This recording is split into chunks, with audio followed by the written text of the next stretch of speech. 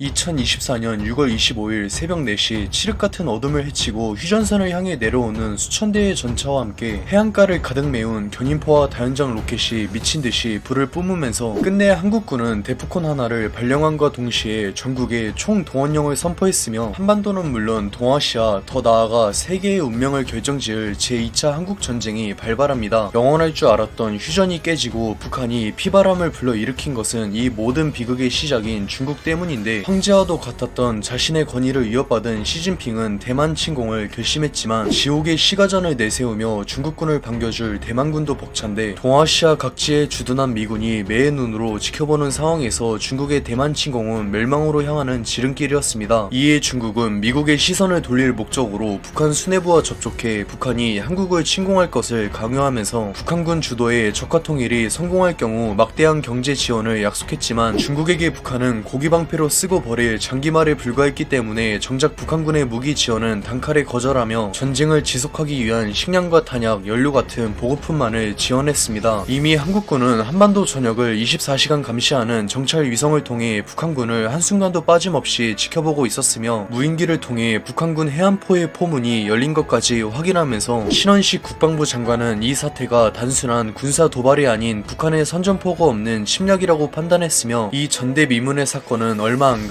용산에 있는 대통령 관저에도 보고가 들어갔습니다. 신원식 국방부 장관은 즉시 전시태세를 발령하고 우리 공군의 선제 타격을 강력히 건의했지만 윤석열 대통령은 확실한 증거 없는 군사적 대응이 대한민국을 파멸로 몰아갈 수 있으며 애석하게도 현재 북한군의 행동은 쿠데타 방지를 위한 대규모 군사훈련이 확실하다는 이유로 거부하면서 피해를 최소화할 수 있었던 마지막 골든타임마저 허무하게 떠나보냈습니다. 끝내 아무런 방해 없이 1시간에 예열을 마친 수천문의 북한 견인포가 남쪽을 향해 포탄을 퍼부었음에도 심각한 노후화와 부실한 관리로 대다수의 포탄이 불발 혹은 휴전선 인근에 떨어졌지만 안타깝게도 수백 발의 눈먼 포탄이 수도권 일대의 명중에 적지 않은 피해가 발생했으며 그제서야 윤석열 대통령은 무고한 국민들을 살해한 북한군을 철저하게 응징할 것을 지시했습니다. 이미 고고도 무인 정찰기인 글로벌 호크를 통해 북한군 포격의 원점을 파악하고 있던 한국 공군은 즉시 공대지 무장을 가득 실은 F-15K가 출격해 북한군의 포병 전력을 완전히 괴멸시켰습니다. 그러나 윤석열 대통령이 사전에 북한군의 포격을 인지하고 있었음에도 묵인했다는 것이 폭로되면서 광화문을 시작으로 2016년 촛불 시위를 넘어서는 대규모 탄핵 집회가 발생했으며 설상가상으로 북한군 수뇌부가 간첩들을 통해 한국 사회가 혼란스럽다는 것을 빠르게 파악하면서 최전방에 주둔하던 4개의 전용군단의 휴전선을 넘어 남쪽으로 진격할 것을 명령합니다. 이들의 목표는 대규모 공세에 취약한 한국군의 방어선을 돌파해 파주와 의정부, 철원 등의 전략적 거점을 확보하는 것인데 그 과정에서 전멸에 가까운 피해를 입겠지만 어차피 고기방패에 불과하며 이후 4,000대의 전차가 주축인 기계화 군단을 투입해 빠르게 진격해서 수도권 일대를 포위하지만 예상과는 달리 바로 서울을 점령하긴커녕 오히려 인질로 삼아 한국군의 소모전을 강요합니다. 당연히 북한군의 서울 점령 이후 2차 공세를 대비해 후방에 방어선을 구축했던 한국군은 큰 그림을 보지 못하고 눈앞에 있는 서울 사수를 위해 모든 전력을 쏟아부어 막대한 피해를 입게 될 것이며 북한군은 기세를 몰아 빠르게 서울을 함락시키는 것은 물론 숨돌릴 틈도 없이 남은 지역들을 점령하고 중국의 중재로 미국과 협상을 진행해 적화통일을 인정받는 것이 북한의 전략입니다. 마침내 윤석열 대통령은 사태의 심각성을 깨닫고 예비군 동원령과 함께 휴전 이후 처음으로 대포콘1을 발령했으며 국내에 위치한 기업들의 모든 생산시설은 전부 군수공장으로 전환되었는데 전시에 2천만 대에 달하는 민간용 자동차까지 징발해 언제 어디서든 원활한 보급과 운송이 가능한 한국군과는 달리 애초에 북한군은 보급을 포기하고 물자를 현지에서 조달한다는 계획입니다. 무엇보다 한국 육군이 이런 사태를 대비해 큰맘 먹고 도입했으며 북한군에게 사용 선고를 내린 비장의 카드가 있었으니 그것은 바로 현존 최강의 공격 헬기이자 전차킬러로 악명 높은 아파치인데 국토 전체가 험난한 산악지대라 얼마 되지도 않는 평지에 전력이 밀집될 수밖에 없는 한반도는 화력을 극대화시킬수록 그 진가를 발휘하는 아파치가 마음껏 날뛸 수 있는 최고의 전장 환경입니다. 한국은 북한군의 서울 점령은커녕 한국 영토를 침범하는 것 자체를 용납하지 않았기 때문에 아파치 편대는 제7기동 군단이 오기 전까지 이들의 진격을 늦추기 위해 빠르게 휴전선으로 이동하는데 전차킬러라는 별명이 부끄럽지 않게 단 한 번의 출격으로도 무려 수백 대의 전차를 격파해 그야말로 맹활약했으며 큰 피해를 입은 북한의 기계화 군단은 휴전선을 벗어나지 못하고 발이 묶였습니다. 이에 북한 공군은 주력 전투기인 미그-21과 미그-23 210대를 한꺼번에 출격시켜 아파치를 격추하려고 했지만 불행하게도 그들의 상대는 세계 8위라는 막강한 전력을 보유한 한국 공군이었는데 선두에 나선 한국 공군의 스텔스기인 F-35는 말 그대로 일방적인 학살극을 벌였으며 그 뒤를 파고들은 F-15K와 KF-16은 살아남은 북한의 전투기들을 하나도 남김없이 철저하게 사냥했습니다. 북한 공군은 최후의 발악으로